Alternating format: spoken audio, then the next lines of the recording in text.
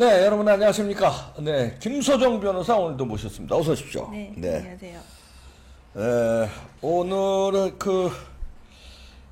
요즘 부동산에 대해서 또 우리 김소정 변호사님이 일가견이 있으시니까 임대차 3법 예. 난리가 났습니다. 온 국민이 지금 난리 났어요. 이렇게 초스피드로 폭탄 맞았습니다. 시행이 될 거라고는 이 역사상 정말 흔치 않은 일인데. 네, 정말, 법안 심의도 없이 그냥. 예, 심의도 없이 그냥 바로 통과되자마자 바로 시행이 되는데 참 혼돈스럽네요. 예. 이게 대한민국에서 이런 일이 발생하는지를 지금 목격을 하고 있는데, 일단 저들이 지금 오늘부터 시행하겠다고 하는 임대차 3법 개정안 주요 내용 좀 보시면 그렇죠.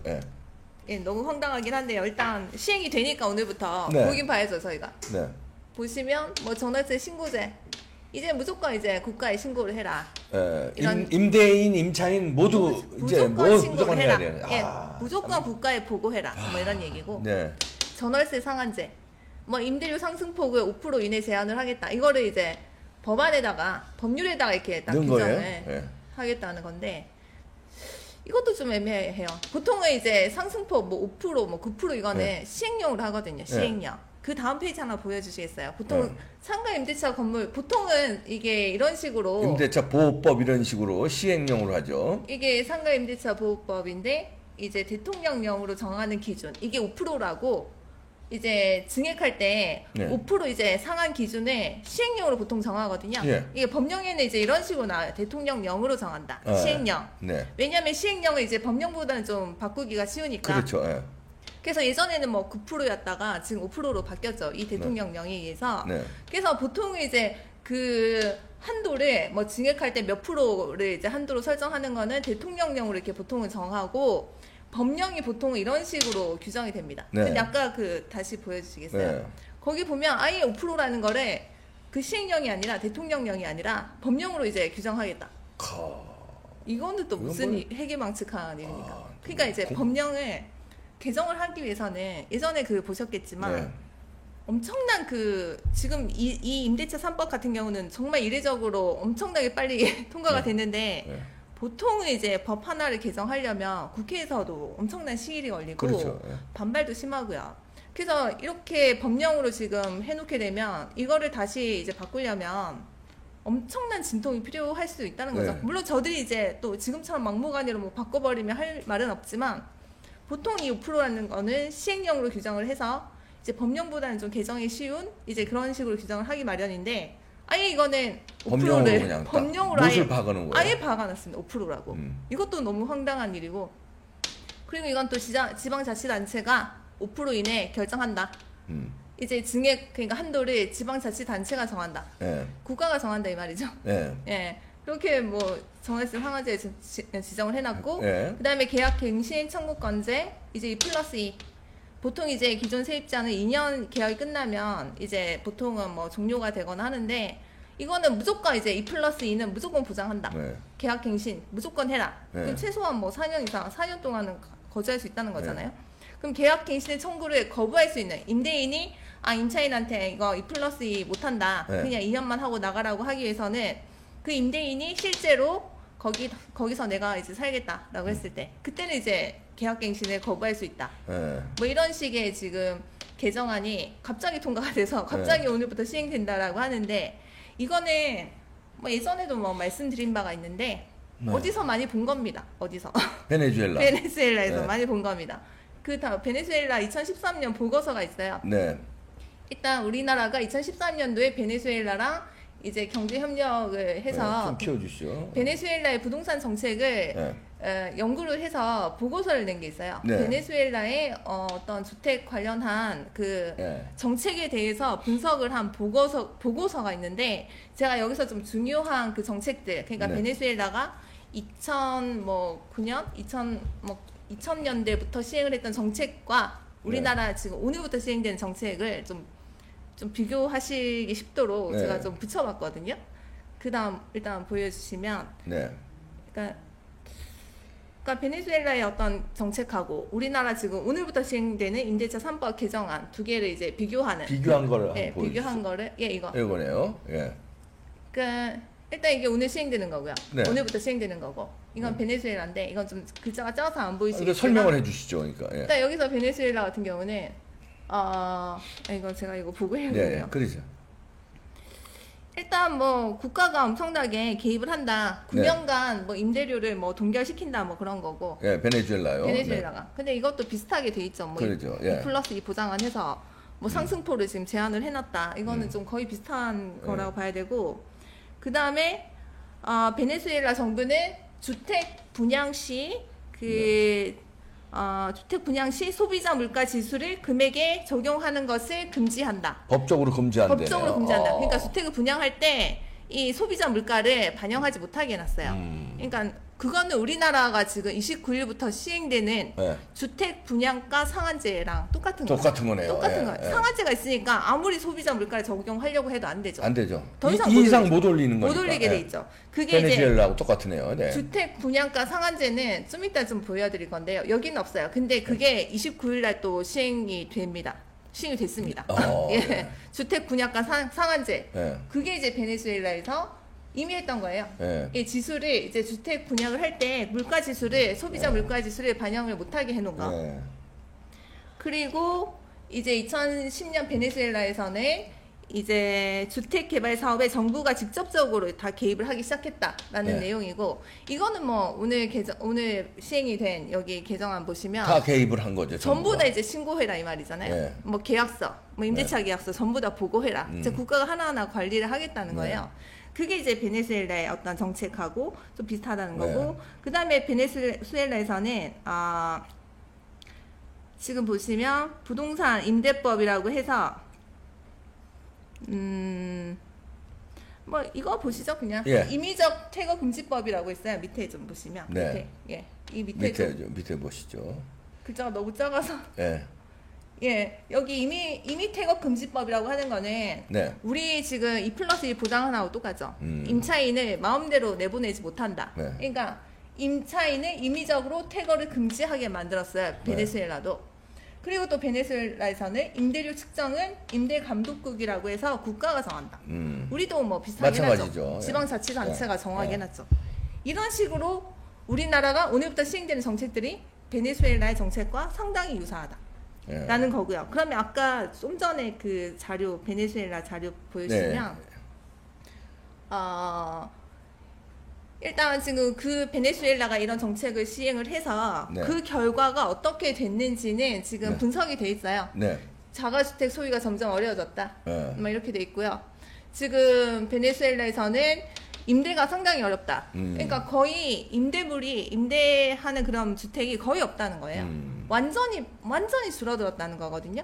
그래서 지금 주택 공급이 상당히 낮아졌다라고 지금 나와 있고, 거의 지금 뭐 둔화는 지속되고 있으므로 뭐 달성하기 어렵다. 그러니까 이제 이 공식 보고서가 있는데 이거 찾아보시면 나옵니다. 예, 찾아보시면 나오는데 좀 뒤로 또 가시고 그 다음 페이지 보여주시고. 그러니까 이 뭐 2페이지, 3페이지 이렇게 있어요. 그러니까 여기 보시면 좀 크게 이 부분을 좀 크게 해주시죠.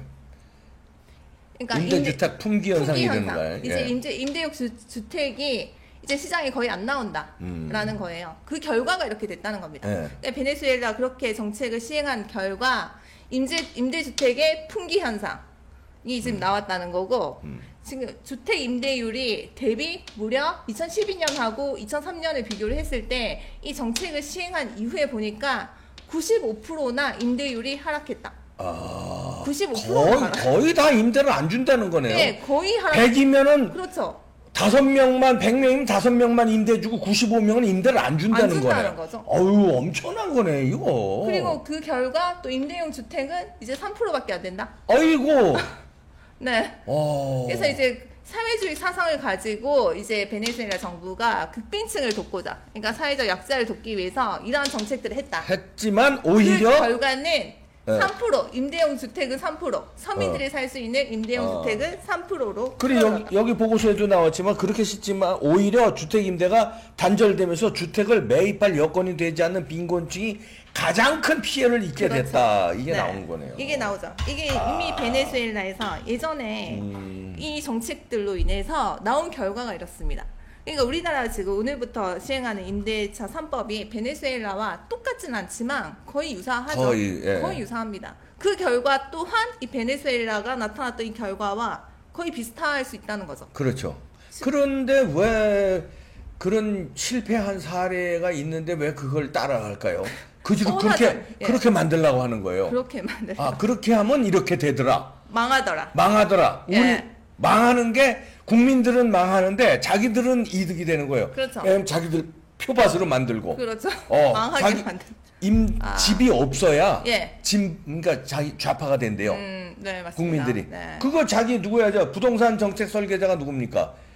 저기 아니에요. 김상조인가? 네. 그 사람 책에 나와 있다는 거예요. 네. 그래서 자기네 표밭으로 만들기 위해서 이런 짓을 저지른다는 거예요. 일부러. 그렇죠. 엄청난 사람들입니다. 그 다음 아까 잠시 말씀드렸던 29일부터 우리나라에서 시행되는 분양가 상한제 이제 시작됐죠. 29일. 네. 이게 많은 국민들께서 지금 임대차 3법에 가려져서 29일부터 시행되는 그 다음 보시면 다음에요. 그 민간 택지 분양가 상한제 그러니까 이거를 잘 지금 모르고 계세요. 이게 29일부터 그러니까 통과됐다는 거예요. 이게 뭐냐면 이제 새로운 이제 아파트를 이제 분양을 할 때 그 분양가를 이제 분양가를 아예 이제 올리지 못하도록 막아놓겠다 이 뜻이거든요.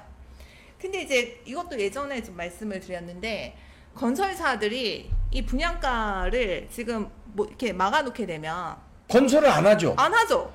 그러면 공급이 위축되죠. 그렇죠. 그러면 집값이 더 오르죠. 더 오르죠. 나 진짜 이거를 도대체 왜 하는지 모르겠습니다. 왜 했습니까? 집을 못 가지게 하려고 베네수엘라처럼 국민들을 만들어 버리려고. 이건 여러 가지가 지금 그런 징조가 나오는데 분양가 상한제 보통은 이제 새로 신축되는 그 아파트를 전세를 많이 주거든요. 그러니까 우리나라 이 전세물의 거의 대부분이 신규로 이제 분양된 아파트에서 보통은 이제 전세가 나옵니다. 그렇죠. 근데 여기서 또 저들이 이걸 통해서 또 뭐라고 규정을 했냐면 좀 내려보시면 지금 여기서는 지금 안 나올 수 있는데 이 분양가 상한제의 구체적 내용에 뭐가 있냐면 그 분양받은 그 집 소유자 예전 같으면 그 소유자들이 이 분양받은 아파트를 전세를 내놓죠. 전세를 내놓든 반전세를 내놓든 하죠. 근데 여기서는 법으로 어떻게 규정을 했냐면 이 분양받는 소유자들은 5년간 무조건 거기서 살아라. 이게 29일부터 시행됩니다. 시행이 됐어요? 시행됩니다. 시행됐습니다. 시행이 된 거예요? 근데 이걸 모르시잖아요. 그러게? 그러면 이게 어떻게 되는 거야? 그러니까 29일 이후에 분양받은 사람이에요? 아니면 그 전에 분양받았어도 29일 이후에 입주하는 사람이에요? 뭐예요? 아마 그거는 소급 입법 금지라고 있어서 이건 상당히 그 소유자의 사적 소유권을 제한하는 정책이거든요. 그래서 이게 시행 이후에 이제 분양받는 사람들 상대로 적용을 하게 돼 있긴 하거든요. 근데 문제는 이전에는 2년인가 그랬잖아요. 그렇죠. 그 세율을 엄청 올린다는 게 2년 살지 않으면 세금 엄청 때리겠다 그러는데 이걸 이제 5년을 지금 만들어 놓는 바람에 전세는 더 없어지는 거죠. 완전히 사라지는 거죠. 그러면 분양을 받아서 전세도 못 놓고 그 분양받은 사람이 거기서 5년 동안 살아야 되고 그리고 이제 분양가도 이렇게 상한제로 만들어 놓으니까 공급도 이제는 없어지는 거고 이제 시장의 전세는 이제 거의 찾아볼 수 없다. 구경을 못 하겠네요. 거의 이제 구경할 수 없는. 그럼 이제 자기 집 없는 사람들은 영원히 자기 전세도 못 가고. 그렇죠. 그러니까 제가 얼마 전에 인터넷에서 본 글이 좀 떠올라요. 거기서 핵심적인 거를 이게 해놨던데 풍자를 한 글인데 서울에 사는 A 씨가 부동산 이 3법에 박수를 치면서 우리나라 투기꾼들 이제 다 사라지겠구나 라고 이제 갈채를 보냈다. 근데 몇 년 후에 그 A씨는 서울 외곽으로 이사를 해야 했다. 그래서 새벽 5시에 일어나서 광역버스를 타고 새벽 6시에 광역버스를 타고 이제 졸면서 출근을 하고 있다.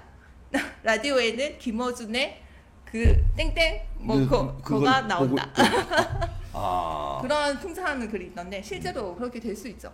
그러네요. 이제 다 이제 우리 집 없는 서민들은 그 집값이 싼 그 외곽으로 다 전세라도 살고 월세라도 살아야 되잖아요. 내 집이 없으면 직장하고 가까운데 근데 전세 못 구하고 월세 못 구하면 내 집이 없으면 나가야죠 외곽으로. 외곽으로 나가야지. 그러니까 아침마다 그 광역버스를 타고 야. 아니면 이제 운전을 하면 기름값이 너무 많이 드니까 광역버스를 새벽에 타고 이제 출근하면서 김어준의 그 뭐 공장이라는 뉴스를 들으면서 오는 거죠. 큰일 났습니다. 정말 지금 이런 상황이 닥쳐왔는데 지금 우리나라에서 그러면 전세는 엽사속으로 지금 사라질 위기에 지금 처해 있다는 거죠. 네. 그러니까 앞으로 뭐 전세는 구경도 못하는 게 되는 거고. 네. 그러면 이들 정부가 지금 하는 걸 보니까 니들은 평생 이제 월세로 살아라 뭐 이 말인 것 같아요. 네. 거의 뭐 국민들의 경제 수준은 바닥까지 떨어지는 집도 거고. 사지 말고 집 살 생각하지 말고. 하고 전세도 안 되고 전세도 안 돼. 월세로 살아서 그냥 네, 평생 월세로 살아라. 평생 그냥 그렇죠. 아이, 그것도 평생 월세로 살아라. 집 구할 생각은 꿈에도 하지 마라. 뭐 이 말이잖아요. 근데 지금 정부가 지금 뭐 포인트를 상당히 잘못 잡고 있다는 거는 상식이 있으신 분이면 누구나 다 잘 아는 알아요. 건데 그런데도 밀어붙이는 거예요. 그렇죠. 근데 여기서 또 좀 중요한 의미 있는 좀 사건이 있어요. 네. 제주도 그 표 좀 보여주세요. 제주도에 그 제가 얼마 전에 좀 무슨 기사를 검색하다가 뭐 제주도에 외국인 이게 무슨 표입니까? 이게 잘 안 보이시는데 네. 제주도에 이제 외국인들이 네. 이제 주택을 구입을 한 비율을 2012년부터 2020년까지 네. 제가 표를 다 캡처를 네. 해서 묶어놨거든요. 네, 근데 결과로 한번 설명을 해주세요. 결과로 보면 중국인들이 엄청나게 샀다는 겁니다. 제주도를. 제주도 땅을 미친 듯이 샀다. 그러니까 이게 보면 이게 제주도가 이제 중국으로 넘어가. 우리나라 사람들은 못 사니까 돈이 못 사죠. 없어서. 예. 근데 이게 그러니까 제주도가 예전에 콘도를 엄청나게 지어서 네. 분양을 했는데 이제 수요가 없다 보니까 제주도 경제가 상당히 침체기에 들어갔거든요. 그러다 보니까 이 콘도를 이제 분양을 좀 하기 위해서 외국인들한테 이 콘도에 대해서 투자를 하고 여기서 좀 살면 네. 그러니까 5년 동안 거주를 하면 이제 영주권을 주겠다라는 네. 정책을 했죠. 그래서 그때부터 제주도의 어떤 그 경제 시장이 아주 활성화됐어요. 그때부터 콘도 이제 다 분양됐고요. 그렇게 해서 외국 자본이 들어오기 시작했는데 그게 지금 보니까 이제 2015년부터 해서 지금 보니까 중국인들이 어마어마하게 제주도 땅을 샀다는 거예요. 그러니까 제가 이 표들이 이 중국인들이 이렇게 있거든요. 예. 여기 뭐 중국이라고 있는데 잘 안 보이셔서. 예, 예. 근데 아니 이게 결과적으로 그렇게 나온 거죠. 결과적으로 봤을 때 중국인들 비율이 엄청나게 커졌어요. 근데 뭐 한간에 떠도는 뭐 중국인들이 제주도의 땅에 뭐 50%를 샀다 이거는 아니고요. 네. 지금 현재 뭐 0.5%긴 하거든요. 네. 근데 그 비율이 정말 많이 늘어나고 있다. 엄청나게 늘고 있다라는 건데 지금 정부는 이거를 지금 방치를 하고 있는 겁니다. 근데 왜 이러냐면 중국인들이 제주도 땅을 이렇게 사는 이유가 뭐냐면 아까 말씀드렸듯이 제주도에 이제 땅을 사서 5년이 지나면 영주권이 나오거든요. 네. 그 영주권으로 서울집을 또 삽니다. 그러니까 영주권이 있는 중국인들은 우리나라 국민들하고 똑같은 위치에서 서울에 있는 집을 살 수가 있어요. 투표권도 있고. 다 있죠. 야, 그러니까 이거 봐라. 이거 이제 이렇게 되는 거네. 아까 그 제주도 그 지도를 좀 보여주시겠어요? 영주권을 중국인들이 이제 다 가지고 서울 아파트까지 다 점령하겠네요. 그렇죠. 지금 제주도에 중국인들이 얼마나 지금 이 신시가지 일대에 이게 이제 빨간 점으로 한 게 저 중국인들의 소유이라는 거 아니에요? 소유 땅들입니다. 이렇게 제주도 집을 사들인 이유가 5년만 지나면 영주권이 나오니까. 그러면 서울 아파트를 수도권으로 점령을 하네 이제. 그래서 또 제가 서울의 그거를 봤어요. 외국인 토지 비율 현황을 봤습니다. 네, 한번 보시죠. 예. 이게 지금 서울에 지금 외국인들이 가지고 있는 이게 토지 비율.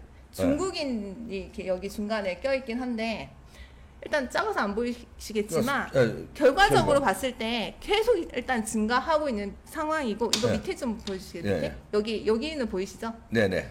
다른 나라들은 뭐 퍼센테이지가 뭐 줄어들기도 하고 이렇게 마이너스로 줄어들기도 하고 그런 미미한데 중국만 5.3%로 뭐 압도적으로 늘었죠. 통계가 1.7%예요. 외국인들이 이제 전년도 대비 토지 확보 비율. 그러니까 서울에 있는 주택을 확보한 비율이 1.7이라고 봤을 때 중국이 이제 이만큼을 차지하고 그러니까 나머지 이렇게 마이너스를 다 빼도 그러니까 중국인들이 지금 이만큼을 차지를 해서 결과적으로 지금 이렇게 나온다는 거거든요. 그렇죠.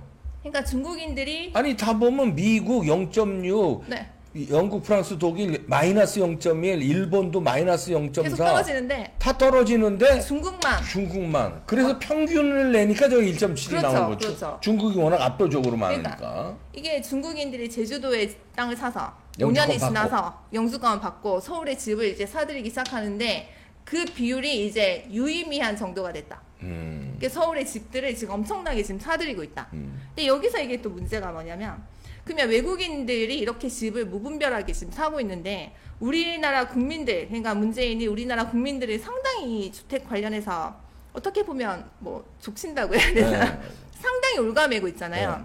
네. 그러니까 9억 이상 뭐 주택을 살 때 대출 규제가 있죠. 그렇죠. 우리나라 국민은. 네. 근데 외국인들 같은 경우는 그러니까 자기네들 나라에 은행이 있어요. 네. 그러니까 우리나라에도 있죠. 거기서 마음대로 대출 받아가지고 사고. 마음대로. 거기는 우리나라 당국의 규제가 미치지 않으니까 마음대로 대출을 받고 아니면 이제 또 뭐 외국에 자기 본국에서 그러니까 9억 이상 주택 살 건데 대출해달라.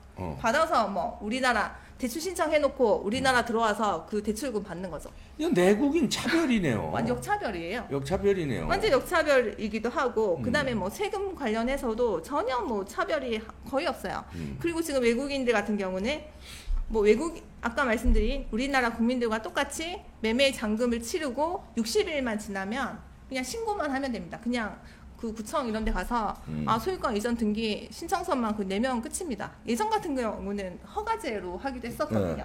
근데 지금은 이게 너무나도 지금 쉽게 돼 있어서 중국인한테는 편의를 제공하고 우리 한국인 내국인들한테는 압박을 가하고 그렇죠. 이런 그리고 지금 뭐 또 저들이 뭐 집 한 채 팔고 한 채 남기고 다 팔아라. 안 그러면 뭐 보유세 뭐 취득세, 양도세 어마어마하게 매기겠다고 하는데 외국인들 같은 경우는 외국인들이 뭐 다주택 그러니까 본국에 뭐 주택이 여러 개 있다고 하더라도 그거를 뭐 속이고 나 외국에 집 없다 라고 허위로 뭐 공증 같은 거 만들어 와서 우리나라 여기 제출하고 그럼 이걸 어떻게 검사를 하겠어요? 그렇죠.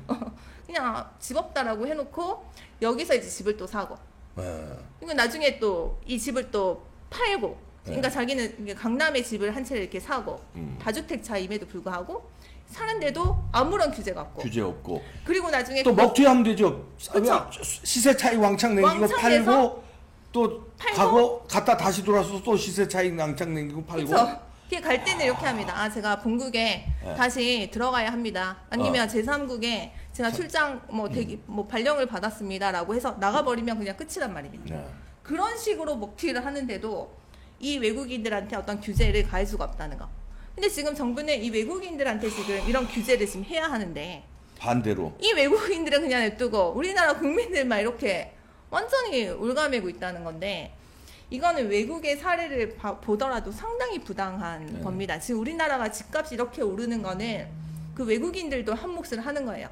계속 집을 사니까. 그 뻥튀기해서 사거든요. 그 나중에는 차익 남겨서 팔아버리고 이런 식으로 해서 집값을 올리는데 한 주범이 이 외국인들이라고 볼 수가 있는데 특히 중국인이요. 중국인이죠. 그 자본도 많잖아요. 자본 많죠. 인구가 많으니까. 그러니까 거기는 그냥 뭐 신경도 쓰지도 않고 우리나라 국민들한테만 뭐 9억 이상 뭐 주택을 살 때 대출도 못 받게 만들어 버리고 오늘 뭐 임대차 3법 이런 식으로 통과시켜 버리고 주택 뭐 분양 상한제 해서 완전히 우리나라 국민들만 지금 잡고 있다는 겁니다. 근데 뭐 캐나다나 뭐 호주나 그 다른 나라들 같은 경우는 이 외국인들 때문에 집값이 너무 이제 크게 상승한 그런 경험을 한 나라들이에요. 그래서 그 나라들에서는 외국인들한테 그 외국인들이 자기 나라의 땅을 살 때는 특별 취득세라고 해서 어마어마하게 매깁니다. 그리고 또 뉴질랜드, 그러니까 호주 같은 경우는 아예 그 땅을 외국인들이 못 사도록 막아놨어요. 구입을 못하도록. 그러니까 몇 군데, 한 2군데 정도만 이제 허용을 하고. 특별 이제 그 관광지구 이런 데만. 거기는 이제 살아. 나머지는 전부 다 막아놨습니다. 근데 그런 식으로 지금 규제를 다 한다는 거예요. 그러니까 외국인들 때문에 이런 경제적인 피해가 너무나도 크니까 내국인들한테 미치는 영향이 너무나도 크니까 그런 규제들을 다 하고 있는데 우리나라는 전혀 하지 않습니다. 지금도 지금 이 지경이 됐는데도 불구하고 그러면 앞으로 뭐 중국인들 엄청나게 뭐 우리나라 서울에 있는 집을 사가지고 강남의 집은 중국인들이 다 살 수도 있습니다. 차이나타운이 될 수 그렇죠. 있네. 그래서 이제 엄청나게 올려버리고 이제 먹고 튀어버리고 그런 식으로 지금 될 가능성이 있다는 거죠. 지금 규제는 우리나라 국민들을 한 규제가 아니라 이 외국인들에 대한 규제가 지금 절실한 때고요. 근데 그 부분은 전혀 뭐 얘기가 안 나오고 있어요. 그래서 그러네. 중요한 포인트를 지적해 주셨네요. 이게 야 이런 포인트가 분석이 그 신문상에 없었는데 없는데 이게 지금 중국인들을 유리하게 만드는 야 이런 그러니까 각 구청에 뭐 서울특별시나 뭐 제주시나 그 뭐 토지조사과 뭐 이런 데가 있어요. 거기 들어가서 자료들을 하나하나 다 보시면 나옵니다. 이 외국인들이 얼마나 지금 토지를 사고 있는지. 자 이런 나라가 됐다는 거 여러분들 아주 우리 정신 똑바로 차려야 되겠습니다. 여러 가지로 큰일 났습니다 이거.